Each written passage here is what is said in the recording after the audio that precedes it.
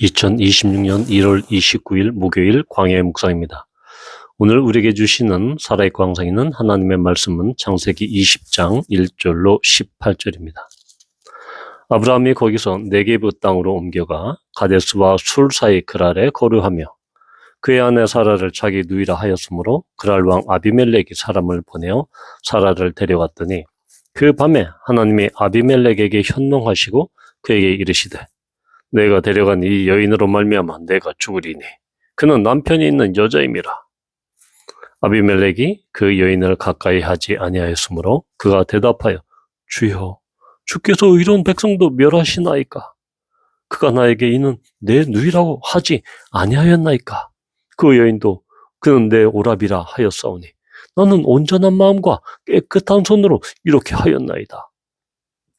하나님이 꿈에 또 그에게 이르시되 내가 온전한 마음으로 이렇게 한 줄을 나도 알았으므로 너를 막아 내게 범죄하지 아니하게 하였나니 여인에게 가까이 하지 못하게 함이니 이 때문이니라.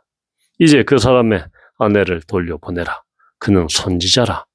그가 너를 위하여 기도하리니 내가 살려니와 내가 돌려보내지 아니하면 너와 내게 속한 자가 다 반드시 죽을 줄 알지니라.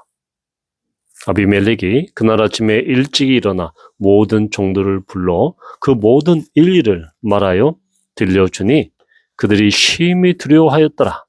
아비멜렉이 아브라함을 불러서 그에게 이르되 내가 어찌하여 우리에게 이렇게 하느냐? 내가 무슨 죄를 내게 범하였기에 내가 나와 내 나라가 큰 죄에 빠질 뻔하게 하였느냐? 내가 합당하지 아니한 일을 내게 행하였도다 하고 아비멜렉이 또 아브라함에게 이르되 내가 무슨 뜻으로 이렇게 하였느냐? 아브라함이 이르되 이곳에서는 하나님을 두려움이 없으니 내 아내로 말미암아 사람들이 나를 죽일까 생각하였으며 또 그는 정말로 나의 이복누이로서 내 아내가 되었음이니라. 하나님이 나를 내 아버지의 집을 떠나 두루 다니게 하실 때 내가 아내에게 말하기를 이후로 우리의 가는 곳마다 그대는 나를 그대 오라비라 하라. 이것이 그대가 내게 베풀 은혜라 하였었노라. 아비멜렉이 양과 소와 종들을 이끌어 아브라함에게 주고 그의 아내 사라도 그에게 돌려보내고 아브라함에게 이르되 내 땅이 내 앞에 있으니 내가 보기에 좋은 대로 거주하라 하고 사라에게 이르되 내가 은천계를 내 오라비에게 주어서 그것으로 너와 함께한 여러 사람 앞에서 네 수치를 가리게 하였노니 내 일이 다 해결됐느니라. 아브라함이 하나님께 기도하며 하나님이 아비멜렉과 그의 아내와 여종을 치료하사 출산하게 하셨으니 여호와께서 이왕에 아브라함의 아내 사라의 일로 아비멜렉의 집의 모든 태를 닫으셨음이더라. 아멘. 아브라함은 헤브론에 오랜 기간 동안 거주했죠. 그런데 갑자기 네게브 땅으로 옮겨갑니다. 네게브는 헤브론에서 남서쪽으로 약 50km 떨어진 그 지점입니다. 이집트와 가까운 그 지역이죠. 그런데 여기서 이 그랄이다라고 하는 것이 과연 어떤 도시였는가? 이 그랄은 단순히 어떠한 족장에 아니면 어떤 작은 성읍이 아니었습니다. 이 그랄은 당시에 상당히 발달된 그러한 도시 국가, 강력한 도시 국가였습니다.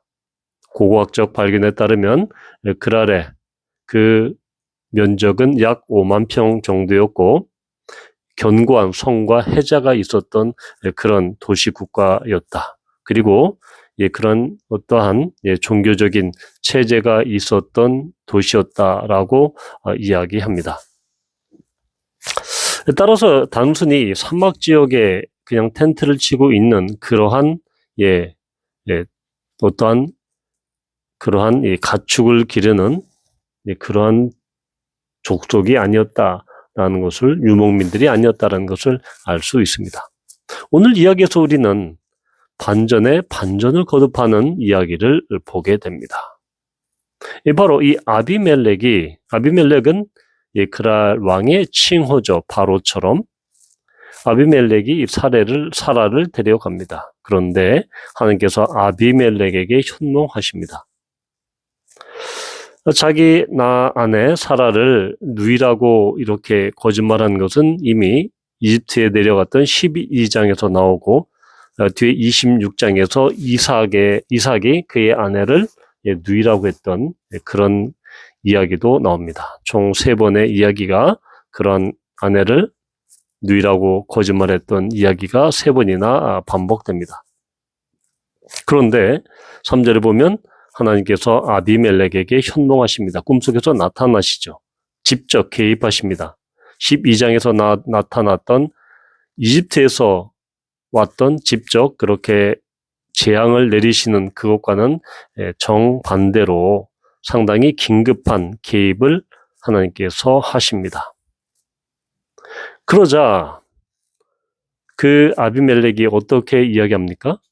5절을 보면 나는 온전한 마음과 깨끗한 손으로 이렇게 했다. 아니 제가 무슨 잘못이 있습니까? 아브라함도 그 아내를 사라를 누이라고 하고 그 사라도 아브라함을 오라비라고 했는데 내가 그것을 어떻게 알았겠습니까? 라고 이렇게 반문하죠. 하나님께 반문합니다. 여기서 이 온전한 마음이다 라는 것은 나는 이 법적인 계약에서 흠결이 없습니다 라고 하는 이 법정적 용어에 준하는 이 이야기입니다. 그런데 놀랍게도 하나님께서는 내가 온전한 마음으로 이렇게 한 줄을 안다. 이방인 왕 아비멜렉이 이렇게 하나님 앞에 반론한 것을 하나님은 그대로 인정해 주십니다. 상당한 이 반전이죠.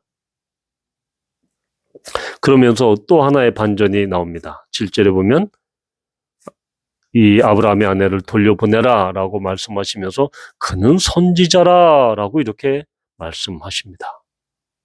선지자, 히브리어로 나비라고 하는 단어가 성경에서 최초로 나오는 경우입니다. 이 사례죠.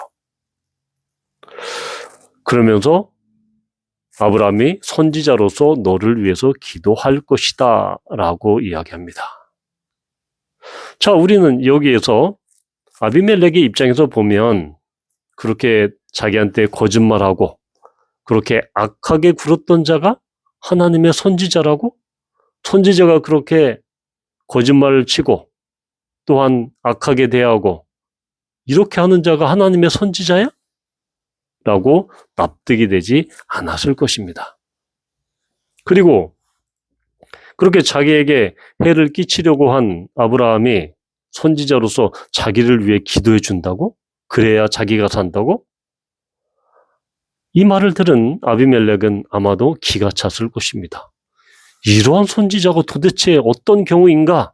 라고 생각했을지도 모르겠습니다. 그런데 하나님께서는 아브라함을 선지자다, 예언자다 라고 말씀하시면서 선지자인 아브라함이 아비멜렉을 위해서 기도할 것이고 그렇게 되면 너희들이 살 것이다 라고 살 수 있는 방도를 알려주십니다. 자, 이 이야기에서 반전의 반전을 거듭하는 하나님의 그 대응과 하나님께서 그렇게 도덕적으로 또한 윤리적으로 불명예스럽고 수치스럽고 또한 궁색하기 짝이 없는 그런 치졸한 짓을 보였던 아브라함을 오히려 선지자로 높여주십니다. 우리는 여기에서 하나님의 놀라운 은혜를 보게 됩니다. 그것은 바로 무엇입니까? 바로 인간의 그 연약함, 도덕적인 그 불감증, 하나님 말씀에 대한 불순종, 그리고 수치와 치욕과 치졸한 거짓말에도 불구하고 하나님께서는 아브라함을 높여주십니다. 오히려 아브라함을 구원해 주시죠. 이것은 선지자라는 그 직분이 결국 하나님께서 맡기신 것이고 하나님께서 소명을 통해서 임명하는 것이고 그에게 그렇게 하라고 맡기신 것이기 때문에 그 선지자의 직분을 맡은 사람의 인격이나 사람 됨됨이나 그의 도덕적이고 또한 윤리적인 그런 불명예, 그런 잘못에도 불구하고 하나님의 신실하심은 여전히 작동하고 있다라는 것입니다. 그렇다고 해서 이것이 하나님에 의해서 임명된 모든 선지자들은, 예언자들은 아무렇게나 행동하거나 아무렇게나 그렇게 비도덕적이고 비윤리적인 행위를 해도 된다라는 것을 보장하는 그러한 것은 아닙니다. 우리는 이 이야기에서 아브라함이 두 번째로 자기 아내 사라를 누이로 거짓말하고 결국은 자기 이익을 도모했던 이 상황에서도 하나님께서는 아브라함을 오히려 높여주시고 또한 아브라함이 정말 복의 근원이 되는, 복 자체가 되는 그것을, 그 언약을 신실하게 지키시는 여호와 하나님의 그러한 놀라운 신실하심 또한 그러한 미쁘심을 보게 되는 것이죠. 우리는 때로는 아브라함처럼 실수하거나 아니면 아브라함처럼 그렇게 도덕적으로 또한 윤리적으로 비판받을 그런 상황에 빠질 때도 있습니다. 그러나 그런 상황에 있을지라도 하나님께서는 선택했던 선민 아브라함을 오히려 선지자로 높이시고 그가 기도함으로 말미암아 그 집안이, 아비멜렉 집안이 그렇게 회복되는 것처럼 우리에게 하나님께서는 우리를 하나님의 자녀로 불러주셨고 우리를 택하셨고 또한 이 세상을 위해서 중보하도록 그러한 역할과 소명을 주신 것입니다. 바로 우리는 이러한 하나님의 미쁘심에 대해서 사도 바울은 이 디모데후서 2장 13절에서 이렇게 말씀하고 있죠. 우리는 미쁨이 없을지라도 주는 항상 미쁘시니 자기를 부인하실 수 없으시리라. 하나님께서는 미쁘신, 신실하신 그런 하나님이십니다. 그래서 인간이 하나님의 뜻을 저버리고 그렇게 불순종하고 또한 자기 유익을 위해서 그렇게 하나님의 뜻을 저버리고 내팽개칠지라도 하나님께서는 하나님의 언약의 근거에서 여전히 신실하신 하나님이심을 우리는 이 이야기를 통해서 보게 되는 것입니다. 바로 디모데후서 2장 13절에서 이야기하는 것처럼 사도 바울이 이야기하는 것처럼 복음은 바로 신실하지 않는 자, 그런 자에게도 역시 하나님의 신실함은 온전히 적용된다. 신실하지 못한 그리스도인일지라도 또한 비도덕적이고 비윤리적인 그런 그리스도인일지라도 하나님의 신실하심은 여전히 작동되고 그 신실함 안에서 그 사람이 용서를 받고 그 사람이 다시 회복될 수 있다라는 사실입니다. 바라기는 우리의 연약함과 우리의 부족함과 미흡함에도 불구하고 우리의 실수에도 불구하고 하나님은 여전히 우리를 향하신 은혜를 멈추고 있지 않는다라는 것을 우리는 보게 됩니다. 이러한 하나님을 우리는 찬양해야 하고 또한 하나님이 신실하신 것처럼 우리도 하나님께 신실해야 함을 이 이야기는 보여주고 있습니다. 바라기는 우리는 우리의 도덕적인 아니면 윤리적인 성취나 그런 우위에 의해서 바로 우리가 하나님에서 무엇인가를 주장하는 것이 아니라 하나님의 신실하심 가운데 우리가 완전히 거해야 된다라는 것을 우리는 이 이야기를 통해서 알게 됩니다. 이러한 하나님의 신실하심, 하나님의 열심, 그것을 우리가 인정하며 우리의 실수와 연약함에도 불구하고 여전히 언약을 지키시는 그 하나님을 찬양하는 우리 모두가 되기를 축원합니다. 아멘.